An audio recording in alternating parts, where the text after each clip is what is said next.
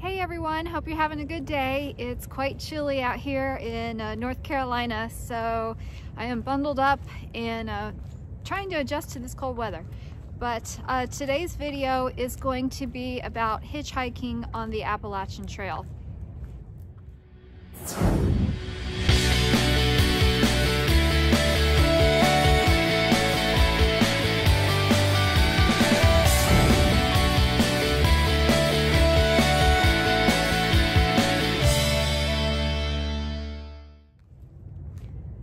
So of course you have to resupply every few days when you're hiking the Appalachian Trail, and sometimes that requires hitchhiking. I had never hitchhiked before, so that was new to me when I did the trail in 2018, and I thought I would share my experience and kind of share how it went so people kind of know what to expect. So let's see. Because you have some options. You always do have the option to get a shuttle. There's lots of ways to get shuttles. There's lots of shuttles throughout the trail. Use the Guthook app because a lot of people will post their phone numbers and information on getting a shuttle, but that can get kind of pricey if you do that a lot. It's easier if you go in with multiple hikers, and so you don't have to pay for it all by yourself, and you can split it up. But that's an option. And but there were some times out on the trail that I did have to hitchhike.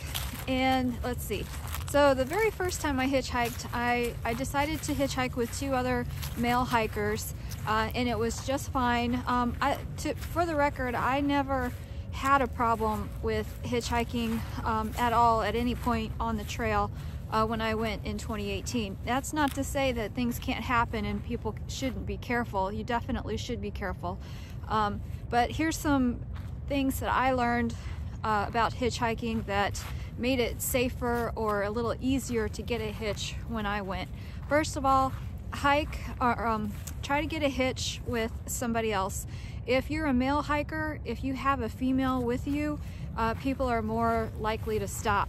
So try to arrange that if you're able to. Also, when you're out there and you've got your thumb out, have your pack and your trekking poles on you and with you.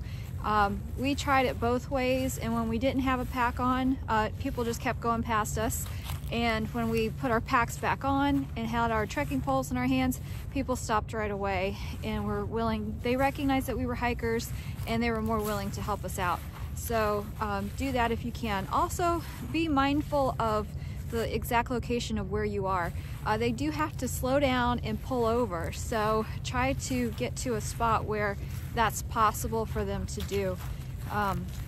You know, just kind of look ahead and see where a spot is that they can do that and walk to that area. But if you can, try to hitch with another person. I know sometimes that is not feasible to happen, and I did hitch plenty of times by myself and didn't have a problem.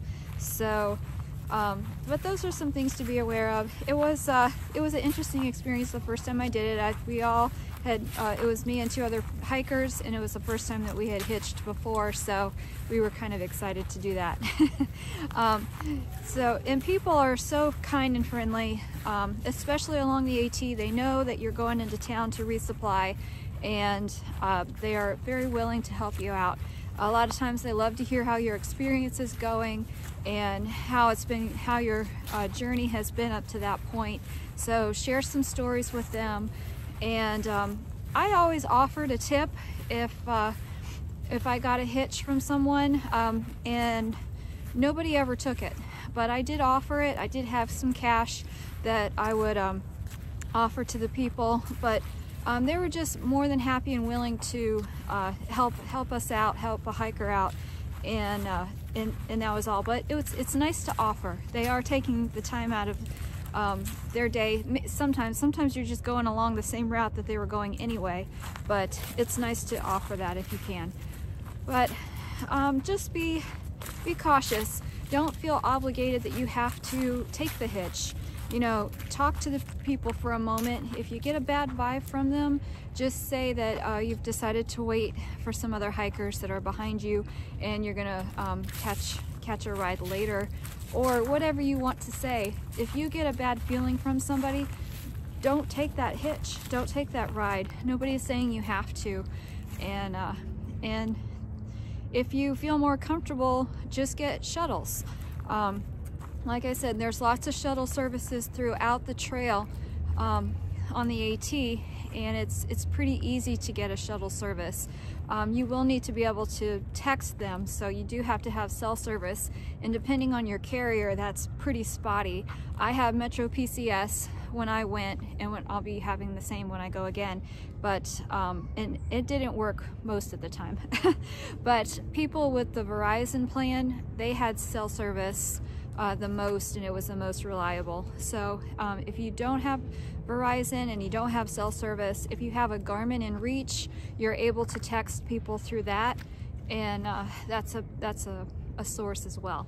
So but use your GutHook app. You can see you can get information for different shuttles and places. A lot of people leave comments too if it's a good place to get a hitch or not, because there's some places along the AT that are just really dry, hardly any cars go by, and if you do need to get into a town, you're going to be waiting for a while. And a lot of people will make those comments on GutHook and let you be aware of that, so be sure to take a look at that. Let's see, I'll also use the GutHook app to see and plan out when you do actually need to go into town. In the AT guide as well, very great source to see when you're gonna, what resources you have around in that area when you do need to go and resupply and get to a town. It's an abundance of information, so it's all there. You just have to kind of plan ahead a little bit. So that's my experience, that's my thoughts on hitchhiking. Don't be afraid of it, but just be cautious and be careful, and try to get a ride with others if you can. If you're a male, definitely try to get a female to go with you. You'll have an easier time getting a hitch. We saw that over and over. So that's my 2 cents about it. Hope that helps you out. I'll see you guys out there pretty soon.